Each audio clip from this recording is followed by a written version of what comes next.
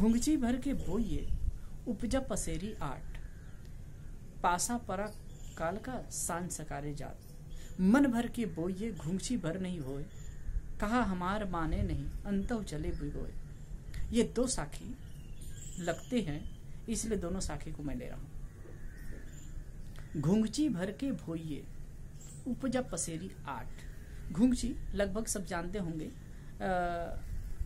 लाल और काला मिक्स करके दाना होता है, उसे घुंघची कहा जाता है।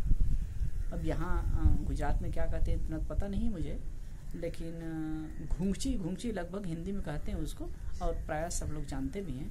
ऊपर का भाग काला होता है, नीचे का भाग लाल होता है। पहले घुंघची से मतलब तौल बनाते थे, वो मुझे पता नहीं है, लेकिन घुंघची है। घुंघची मतलब बहुत छोटी वस्तु। घुंघची भर के बोइए, थोड़े से बोने पर, थोड़े से बीज बोने पर मन भर हो जाता है। घुंघची भर के बोइए उपजा पसेरी आठ, 8 पसेरी उत्पन्न हुआ। कहा हम डेरा पड़ा काल का, लेकिन काल का डेरा पड़ गया। सांझ सकारे जात, दिन रात वो जा रहा है, सुबह शाम करके वो जा रहा है। और मन भर के बोइए घुंघची भर नहीं हुए, मन भर के बोया गया, लेकिन उसे घुंघची भर भी नहीं होता। कहा हमार माने नहीं अंतव चले बिगोए, लेकिन लोग हमारा कहा मानते नहीं, अब अंत में बिगो करके, खो करके, दुखी हो करके इस संसार से जाते हैं। ये भी आप देखिए, जितने मैं साखियों पर बोल रहा हूं, हालांकि मैं कोई गुड़ रूप से या घुमा फिरा करके नहीं, मैं जो सहज रूप से, सरल रूप से इस पर ही मैं चर्चा कर रहा हूं। अब कितने सुंदर ढंग से, अलंकारिक ढंग से साहिब कर रहे हैं, इसमें भी अन्योक्ति अलंकार से साहिब कर रहे हैं, समझने की चेष्टा करते हैं। घुंघची भर के बोइए उपजा पसेरी आठ। घुंघची भर के, तनिक से बोने पर, यह तनिक क्या है? थोड़े से वीर्य के सिंचन, सजीव वीर्य के सिंचन नारी क्षेत्र में होता है, नारी के गर्भ में होता है, तो उपजा पसेरी आठ, 8 पसेरी का शरीर उत्पन्न हो जाता है। पसेरी कहते हैं 5 किलो का एक पसेरी, और 8 पसेरी 8 पंचे 40, सामान्य रूप में 40 किलो, 40 किलो का शरीर बन जाता है। लगभग सामान्य रूप से देखें तो 40 किलो के लोग रहते हैं, 40 से 50, 60, 70, 80 का होते हैं, लेकिन सामान्य रूप से एक उदाहरण के तौर पर साहिब करते हैं।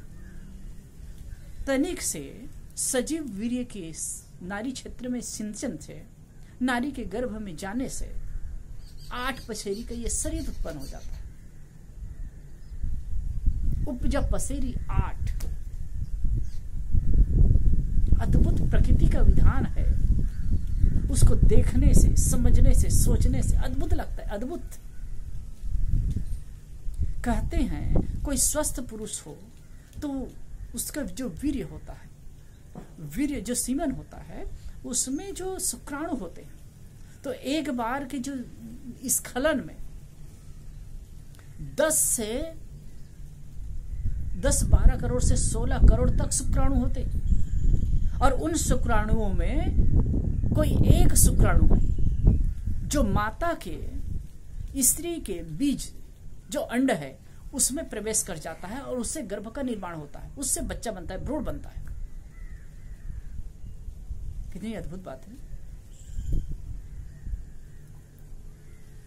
अब थोड़ा सा तोला भर तनिक से वीर्य होता है, उसमें के 10-12 करोड़ से 16 करोड़ तक शुक्राणु है, उसमें से एक शुक्राणु, एक अंश, एक तुच्छ, इसमें घुंघची कहा है साहब ने, घुंघची से भी थोड़ा, वो नारी क्षेत्र में जाता है। नारी के अंडाशय से जब मिलता है, वो अंड से मिलता है, तो उससे निषेचन होता है और भ्रूण का निर्माण हो जाता है। और शरीर 8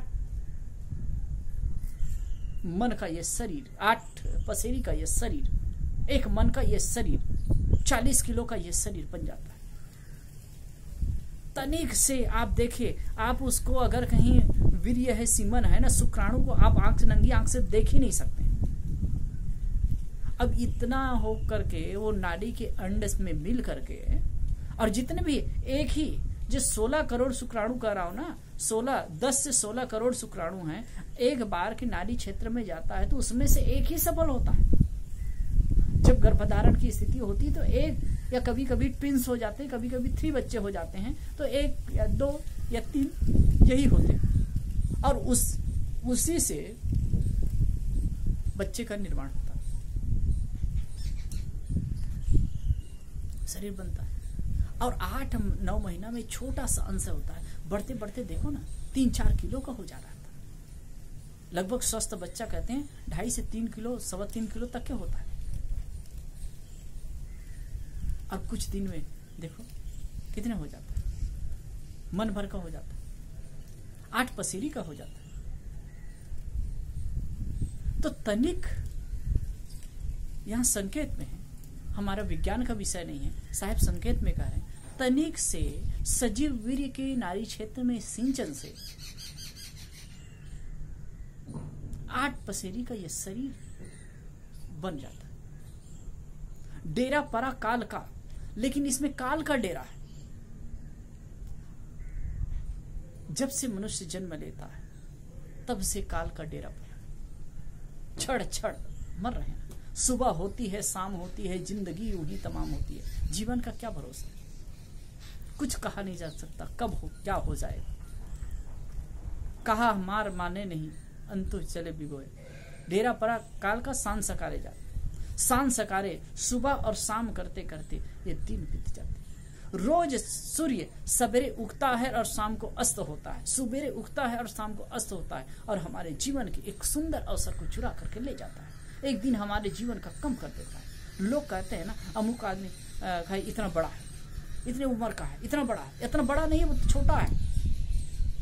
आज ही हम लोग एक जगह सत्संग में गए थे, तो एक सज्जन ने मेरे लिए कहा कि गुरभूषण साहब जी थे, श्री गुरभूषण साहब थे। तो मैं कहा कि साहब जी कुछ कह दीजिए फिर चलेंगे। तो उन्होंने कहा कि नहीं आप कहिए, आप जोर से कहिए, आप छोटे हैं। तो साहब जी ने बहुत बढ़िया बात कही कि वो छोटे नहीं, वो बड़े हैं। क्यों बड़े हैं? क्योंकि मेरी उम्र अधिक हो गई है और मैं छोटा हो गया हूं। मेरी उम्र घट गई है और उनकी उम्र कम है। कहा मार माले नहीं। तो काल का जो डेरा पड़ा हुआ है, हम नित्य प्रति मृत्यु की ओर जा रहे हैं साहब, नित्य प्रति। साहब ने तो कहा झूठे सुख को सुख कहे, मानत है मन मोद, जगत चबैना काल का, कुछ मुख में कुछ गोद। झूठे सुख को सुख कहे, झूठे सुख को तो सुख कहता है, मानत है मन मोद, मन में तो प्रसन्न होता है। जगत चबैना काल का, जगत काल का चबैना है, कुछ मुख में कुछ गोद। जैसे चबैना रखते हैं तो बाएं हाथ में रख लेते हैं और दाहिने हाथ से निकाल खाते हैं, कुछ हाथ मुट्ठी में रखे रहते हैं, कुछ मुंह में लेकर के चबाते हैं और कुछ चबाने की तैयारी करते हैं।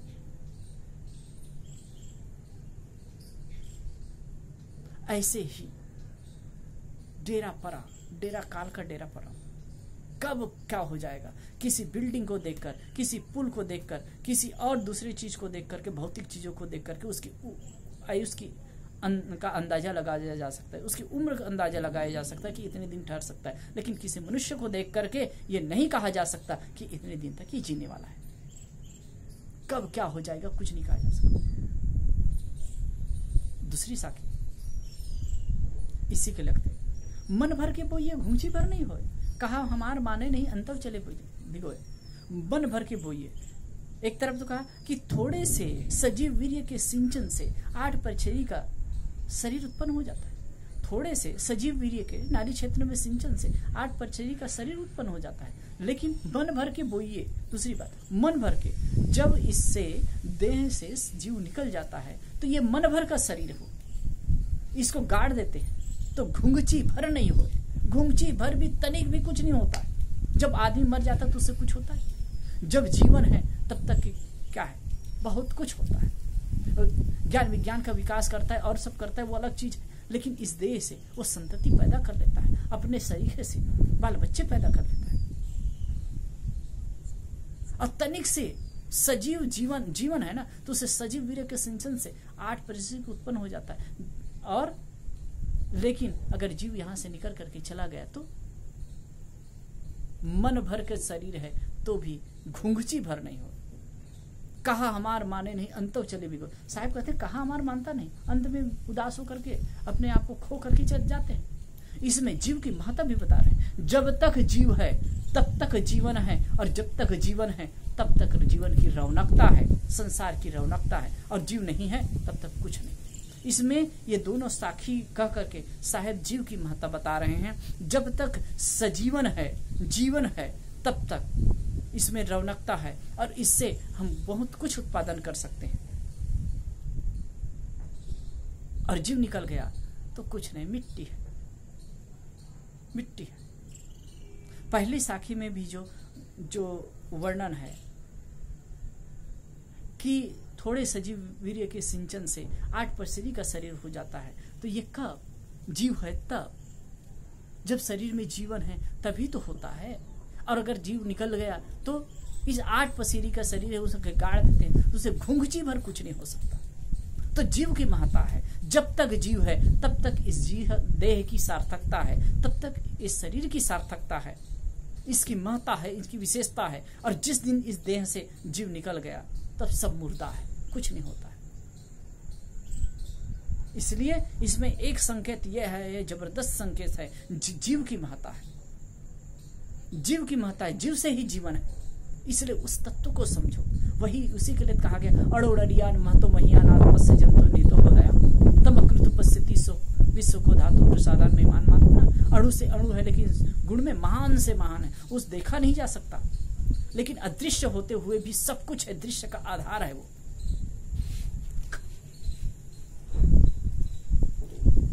सभी प्राणियों के हृदय गुफा में है। उसे देखता कौन है? तब अकृत कर्म प्रपंचों से रहित है, शोक से पार है। कर्म प्रपंच से रहित होकर उसे देखता है, और जो देखता है वो शोक से पार हो जाता है। अमृतत्वम इच्छम, अमृत की इच्छा से जो उस तत्व को देखता है वो शोक से पार हो जाता है। लेकिन इसके लिए शर्त है, कर्म प्रपंच से अपने आप को ऊपर उठाना होगा। और यही जीवन का सार है, यही तथ्य है, और इसी का काम हम सबको करना चाहिए। तो ये दो महत्वपूर्ण साखी है।